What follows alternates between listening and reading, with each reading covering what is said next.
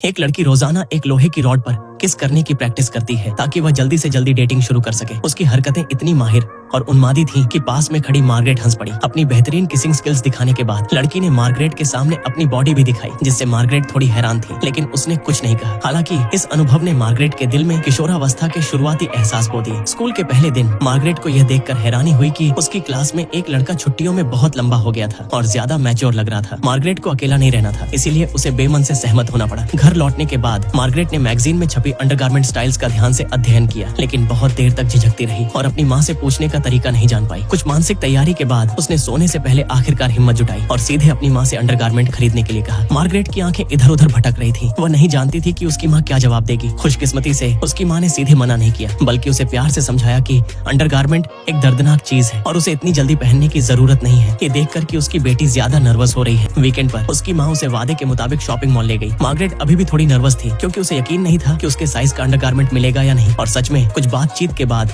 Margaret को लगा कि उसकी किस्मत फूट गई है। शुक्र है दुकानदार बहुत अनुभवी थी और उसने तुरंत एक बढ़ती उम्र के लिए डिजाइन किया गया अंडरगारमेंट निकाला, जिसे वह बड़ी होने के बाद भी पहन सकती थी। थोड़ी देर बाद वह एक छोटे ग्रुप की पार्टी में गई। जियाओ मई ने एक एक करके सभी की ड्रेसिंग चेक की। सभी को एक साथ आगे बढ़ने में मदद करने के लिए जियाओ मई ने अपने मजबूत होने का सीक्रेट बताने का फैसला किया। जियाओ मई के नेतृत्व में लड़कियां कड़ी मेहनत करने लगी। रास्ते में कुछ छोटी मोटी दिक्कतें आईं, जैसे कि उनके सीक्रेट गेट टुगेदर को नापसंद भाई ने तोड़ दिया, लेकिन उन्होंने हार नहीं मानी। वे हर थोड़ी देर में ट्रेनिंग के लिए इकट्ठा होते थे और पीछे न रहने के लिए मार्गरेट ने किसी और से भी ज्यादा मेहनत की। जल्द ही क्लास के मोटे लड़के ने जन्मदिन की पार्टी रखी। उसने पूरी क्लास को इनवाइट किया। जब मार्गरेट ने शामिल होने के बारे में सोचा, तब जियाओ मई पहले से ही बाल हटा रही थी, क्योंकि इस बार सभी क्लासमेट जा रहे थे। यह उनके खुद को दिखाने का सबसे अच्छा मौका था। उन्होंने अपनी सबसे अच्छी ड्रेसेस पहनी और जैसे ही वे पार्टी में पहुंचे, वे सबसे चमकीले बन गए। पार्टी में मोटे लड़के ने एक मजेदार खेल का सुझाव दिया, जिसमें लड़कों को चिट्ठियां निकालनी थी और रैंडमली एक लड़की के साथ 2 मिनट के लिए कहीं अलग समय बिताना था। इस खेल ने सभी को उत्सुक और उत्साहित कर दिया। जब क्लास के सबसे हैंडसम लड़के की बारी आई, तो उसने मार्गरेट को चुना। मार्गरेट के चेहरे पर तुरंत घबराहट आ गई। वह नहीं जानती थी कि क्या होने वाला है। मार्गरेट का दिमाग तुरंत बंद हो गया। क्लास के सबसे हैंडसम लड़के को लगा कि वह अभी भी नहीं समझ पाई है, इसलिए उसने फिर से उसे अपनी ओर खींचा। मार्गरेट वहीं खड़ी रही। उसे पहली बार पता चला कि किसिंग कैसा लगता है। पार्टी के बाद उसने जियाओ मई के साथ अलग बिताए गए समय की कहानी शेयर की। जियाओ मई बहुत ईर्ष्यालु लग रही थी और मार्गरेट भी थोड़ी गर्व महसूस कर रही थी। हालांकि उसे नहीं पता था कि उसे जल्द ही दुख का सामना करना पड़ेगा। पता चला कि क्लास का सबसे हैंडसम लड़का वास्तव में एक ठीक व्यवहार वाला लड़का नहीं था। उसने न केवल मार्गरेट को परेशान किया, बल्कि दूसरी लड़कियों से भी बात करता था। मार्गरेट के दिल को पहली बार चोट पहुंची। उसे इस दुनिया से नफरत हो गई और उसने उस लड़की से भी नफरत करना शुरू कर दिया जो उससे ज्यादा मैच्योर थी। उम्मीद के मुताबिक इस दिन मार्गरेट एक छोटी सी बात पर उस लड़की के साथ बहस में पड़ गई। मार्गरेट ने उसे उस अनुचित बात के बारे में बताया जो उस लड़की और क्लास के लड़कों के बीच हुई थी। ये सब उसने जियाओ मई से सुना था। उसने ध्यान से सोचा। उसने वास्तव में उसे कुछ भी बुरा करते हुए नहीं देखा था। मार्गरेट को और भी ज्यादा आत्मघृणा महसूस हुई। उसे एहसास हुआ कि भाषा न केवल दोस्ती बना सकती है, बल्कि अगर इसका गलत इस्तेमाल किया जाए तो यह अपूरणीय क्षति भी पहुंचा सकती है। घर लौटने के बाद उसने तुरंत अपनी माँ को ढूंढा। कुछ मार्गदर्शन के बाद